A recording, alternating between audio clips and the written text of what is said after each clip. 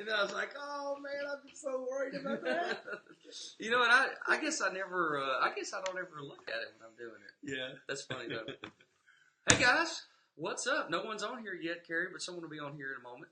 All right, we live? Yeah, it's actually live. Check that out. Wow, okay. So I believe this is going to my personal page, and a lot of you guys know that I launched what I consider, I know, right? Got to adjust it.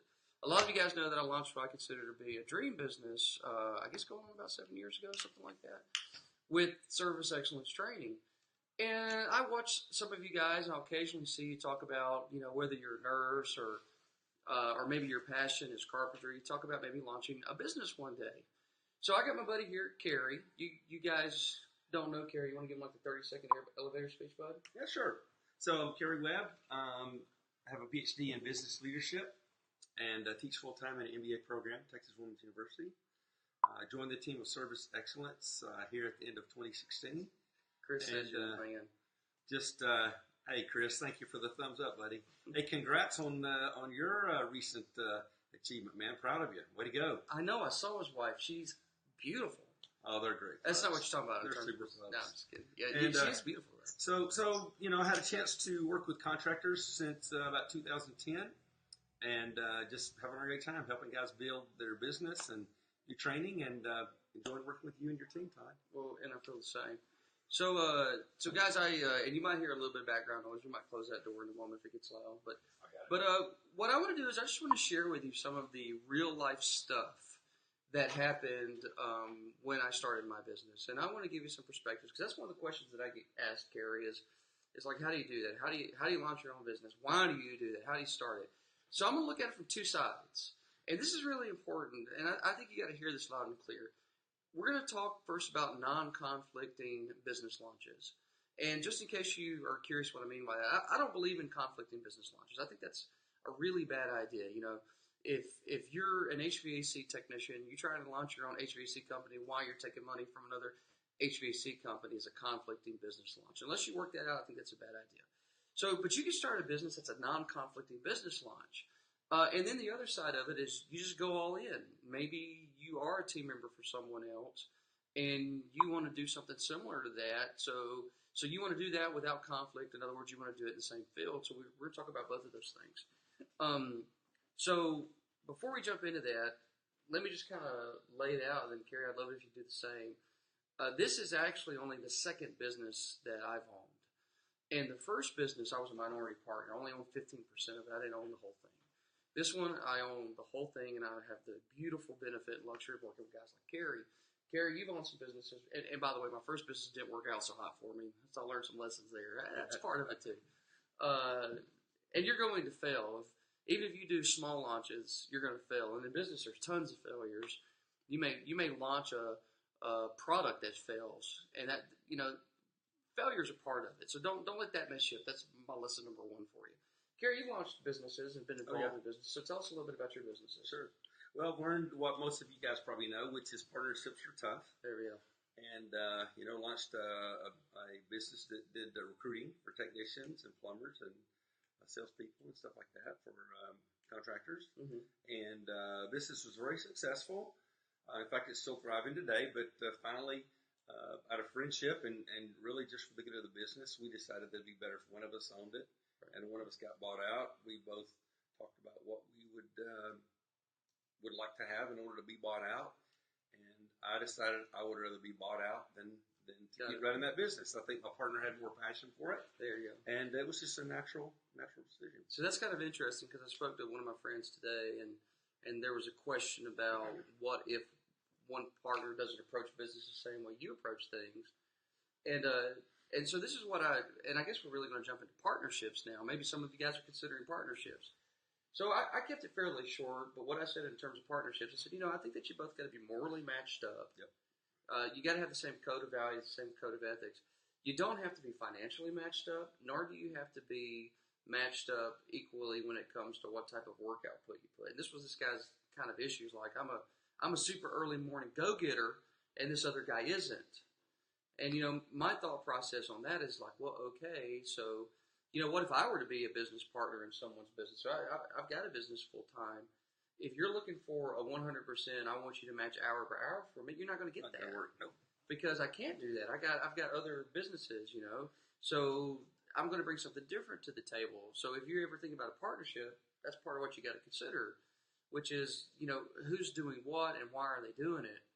And I'll be honest, that was one of my hang-ups in my first partnership, is that I was a minority partner and I wasn't bringing money to the table, and I had to bring sweat equity and lots and lots and lots and lots of it. And at some point, whether I was right or whether I was wrong, I felt like I was putting more to the table. But you know what? Maybe my perspective was skewed too, because I didn't have all of my money on the line. Yeah. So yeah. I mean, a lot of it's based on results and return on investment. So I agree with you. So let's go to the second part, the one that we said we'd go to: non-conflicting business launch. So there's so many different types of non-conflicting business launches. Maybe you're a nurse and you've got this great idea for a T-shirt company, so you want to go into it. So Kerry, let's just bounce this off. We don't have a laundry list. I'm just going to give a few things that I think are a good idea. Okay. So I think one of the first things that you have to consider is that I think you need to create a business plan. And you don't have to get super complicated with a business plan. Your business plan can fit on one page if your idea is pretty decent, and if it's not going to cost you a whole lot of money to waste. So I'd say start with a few keys to business plan. Kerry, what would be some of the keys on a non-conflicting, a small launch, baby launch, if you will? What would be some of the things that you would say to these guys, hey, here are some things you need a business plan? Yeah, I think number one, you need to think about who are my customers going to be. What are they willing to pay for this item? What kind of expenses will I probably encounter? And then double or triple that, because it's always going to be a lot more. Always going to cost you more and more time. Yeah. More money, more time. Figure out about how much money I think I could receive in the first year, and then probably cut that in half, right? So I think a lot of times we try to project things with such accuracy, but in reality, it's somewhat of a guess. A lot of it's an art. It's a lot of gut feeling. But if we don't set our expectations too high, and if we don't take cash out of the business, it's got a good chance to succeed. Right. But if we start taking cash out right away, that's one of the things that often kills the business. So those are good for non-conflicting launches and big launches.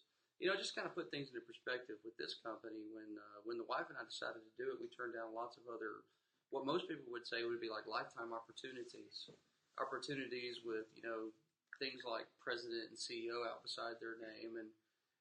But at the end of the day, I really wanted to go after something. And when you decide you really got to go after something, it's not, people say you got to have a dream. You do have a dream. It's not just enough. You got to have resources. Because the wife and I had our savings, and it was 6 figures worth of savings that we had saved up to launch this. And by the way, that's with no employees. It's 6 figures worth of savings, and I'm just going to do it. And my wife's going to hang on and not divorce me, And in the first year, in terms of revenue, we didn't break 6 figures. We stayed in the 5, but we burnt through 6 figures between website development, between everything, learning lessons. Sometimes you've got to fight battles with other people. That's all part of it. So, but we were able to do that. We didn't take any money from the business in the first year, and we were able to go into the second year. Actually, that's not 100% true. We took such a little baby monthly amount. I think it was less. It was minimum wage if we were making 32 hours, something silly. So then we go into the second year, and I know that's kind of hard, right? And that's a lot of times when people borrow money from the bank, but we didn't want to borrow money. I didn't want that debt. So we go into the second year, and we didn't take money from the company. And I know a lot of people can't afford to do that. Mm-hmm. But if you look at guys like Mark Cuban, a lot of these guys would tell you, you shouldn't start a business that you can't afford to start. One of his big advices, I'll make sure that you're in here, good Kerry. Okay, sure. One of his big advices is don't borrow money. Now, I'm not saying he's right or wrong on that. He is worth billions. And I probably would have borrowed money to have started this if I didn't have it safe, because I really believed in it. But I'm going to tell you, it would have been a whole lot different for me if every freaking day I was stressing about a banknote. Second year, we broke in revenue 6 numbers, so not a big 6 numbers, but we broke 6 numbers. And at the end of that, after everything was set aside, we decided that we would take small little draws. And that's been our business model ever since. So we go into every single year fully funded money-wise so that we can operate a business. And that was a hard 2-year habit to build. But now at this stage of the game, this business is in a different state. We're a 7-figure-a-year business, and we're cash funded at the beginning of every year. Life is different. We can afford to take risk. Making a mistake on a product isn't going to kill us. So to sum that up, if you're thinking about launching either a non-conflicting business or a conflicting business, have a great business plan, and you better daggum have some money saved up, because it's irresponsible to put your family in a position that they could lose stuff. Yeah, I agree. And one other thought, Todd, is I think if you can find one industry or one group to work with, your chance of succeeding is so much better. Oh yeah. So if you just want to target, just churches or just city governments, or just contractors, you're going to have more success with reaching like-minded people, speaking their language, identifying their needs, and solving their problems. I think you have a better chance of success than thinking my business is for everybody. That's very seldom true. That's right. You're right, niche market, zero question. The other thing that people get a weird concept about is that they tend to think that they got to start off with this massive list of people that will buy from them. Right. You don't. If you just follow the old school idea of marketing back here, and this principle is still fundamentally true today. If you start with one and serve them with excellence, that one will at minimum go to 2, 1 plus 2, but chances are it's not going to stop there. They know folks. There's a reason why that amazing, restaurant just multiplies, and it doesn't have to do it with lots of marketing, is that it'll grow. But if you want to have a number, like a realistic number, I would say that if you're able to start with 100 people that you know that will buy from you, you've already got a model that's probably going to work. Yeah, that's fantastic. And if you got 1,000 people that'll buy from you, you're really ready on the cusp of being actually rich. You only need 100 people, even if it's T-shirts, cupcakes. I agree. 100 people. So if you part of your business model, you just sit down and whatever you're selling $19 shirts, and you write down 100 names, and you ask the question, would they buy one of my shirts? Yes. No? Well, then you find another name. Yeah. Will they refer me to a person that would buy my shirt? Then you put that name on there. So it's... I have a friend that, speaking of T-shirts, he decided to do T-shirts out of his basement. Mm-hmm. And he went to the local soccer league for 12 and under, and the basketball league 12 and under, and made over $100,000 first year. Joe said, hey. He made $100,000 selling T-shirts. First year. That's amazing. There's a guy that goes right here. We're holding our training events, Press Play here in Austin. There's a guy that goes to our church. Him and his buddy, in the basement that they lived in when they were at Virginia Tech, they bought a website domain. I think he said this was like in 96 or something. ART.com. Their whole idea is they would sell posters. And now they ship somewhere between like 12 to 20 18-wheelers. Think about a poster rolled up in a poster. Just posters this big. They are shipping 12 to 20 18-wheelers full of posters a day. Amazing. It is a multi-million-dollar business. This guy is superiorly wealthy, and he started in his basement. So, look, guys, at the end of the day, entrepreneurs, they're the greatest asset that this country has. True. Small entrepreneurs. Corporations account for 20% of the total revenue that we bring in, and then about the same percentage somewhere in there in terms of who they employ. Small businesses, us, you, we're 80% of what happens in this country. So if you're excited about starting a business, be smart about it. Plan it out. Make sure that you've got permissions. In other words, that it's not conflicting. If it's conflicting, look, don't be dumb. The worst mistake that you could possibly do, even if your boss, the guy you worked for, didn't say, hey, look, I didn't make you sign a non-competing or whatever. The worst thing you could possibly do is open up shop next door to that guy, because that's going to cause you more grief. And in business in those early years, what you absolutely cannot afford is distractions. And if you can't afford the distractions, that means you got to be able to afford expensive attorneys if you want to do business that way.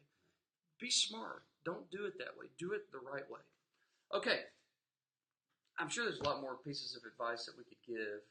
But if you're interested in starting a business, then do it the right way. And while I did this on my personal page, if you're watching this, you know what? Share it to a business page that you think this would benefit. And if you're interested in talking to us about business, we'd certainly be happy to give you a free consult. We know what we're talking about. And as of today, we're 10 coaches strong, and that's going to continue to grow because of great guys like you. We're happy to help you. And even if you're not in our trades and you want to have a short conversation, you know what? We're willing to talk. We're willing to help you out.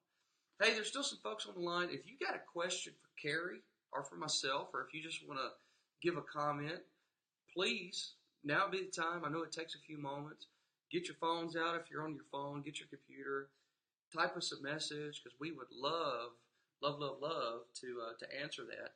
And while they're Keith. Oh yeah, Keith's there. Hey guys, Gene's there. Hey Gene, Mm-hmm. John Kirkendall. John's a neat guy. He works for a couple folks. Milestone up in Dallas, great company. They're connected with the SGIs, and I mean he's a great trainer, funny, prankster, good guy though. And then there's Mac on here, Mac Chambers. Hey Mac, how you doing? So if you got a question, ask a question. And while you're getting your questions ready, tell them about this beta launch that we're launching on Thursday. Oh yeah, exciting! So we've got a new business development workshop we're doing. 8 principles for how to take your business to the next level. And it's all new materials that Todd and I have been working on since I came on board. He's working on it. And no, it's going to be fantastic, guys. Some of the information I've shared with some of my clients that I'm working with this year. They have responded so well to it. I think it's going to be fantastic. Great. Hey, Stephen Barboza broke my heart, but I'm also excited for him. This young man he's Flex Daddy. He's a big muscle guy, right? He comes to the sales class and just does a boatload of sales. I think it's like $400,000 his first month. You can correct that if that's wrong, put it what it is. But just dynamite.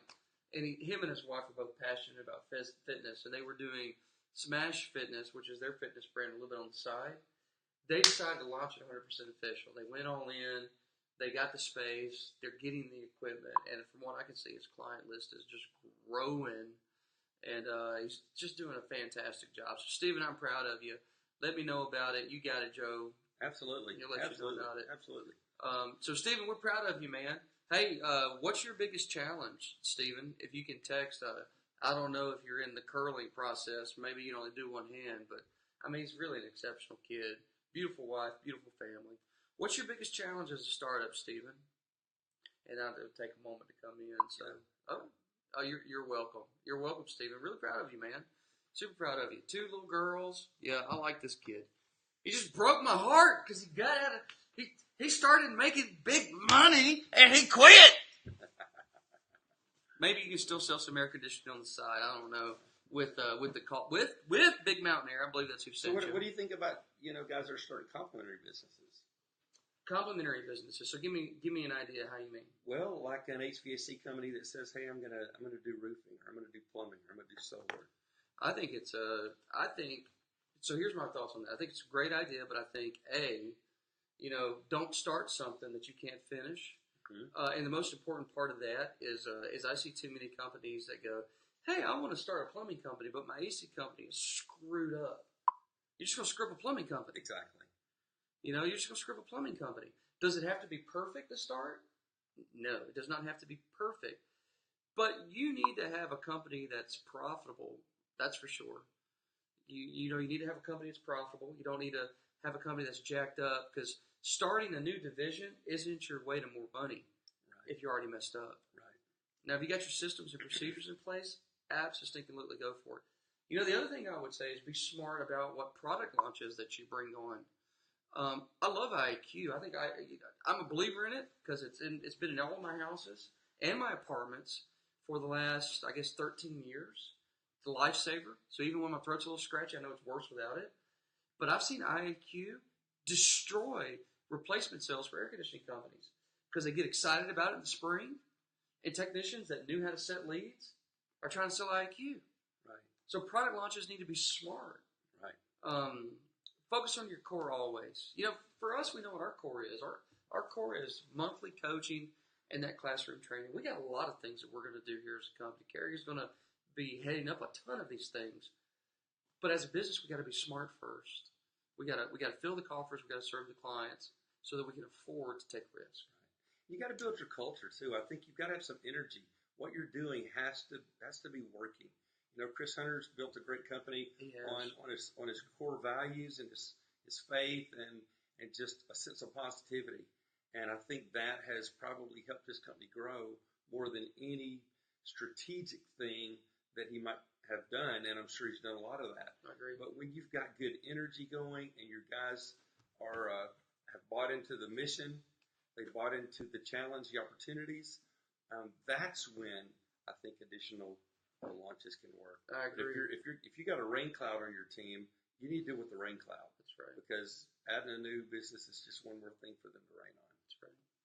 Excellent points. Jason, thank you. RJ, thank you. Joe, thank you. Stephen, thank you. Keith, thank you. Gene, thank you. John, thank you. Thank you to everyone that I didn't say thank you to.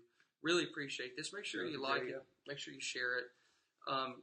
You know, Kerry and I are going to be here. We're going to be coaching this Thursday and Friday. But tomorrow and Wednesday, we're going to have some free time. So if you want to see one of these again, in the comment, tell us what would be a topic that you'd like to hear. Yeah, maybe we can get together and do another one. Right. Jim, thank you very much. And guys, if you want to get in contact with us, we're super easy to find. 512-333-4133. Joe, Kerry, or Todd, or Terry, or Chris, or Toby, or Brad, or Shannon, whoever you want to talk to, Thomas at serveextra.com. And there's also the other Chris Elmore. We gotta get his email, the new Chris. At serveextra.com. Send us an email. Send me a message. Whatever you want to do. If you're interested in some help, just let us know. We're here to serve you. You want to finish this off with our tagline and a closing statement? We turn learning into earning. Love to help you guys.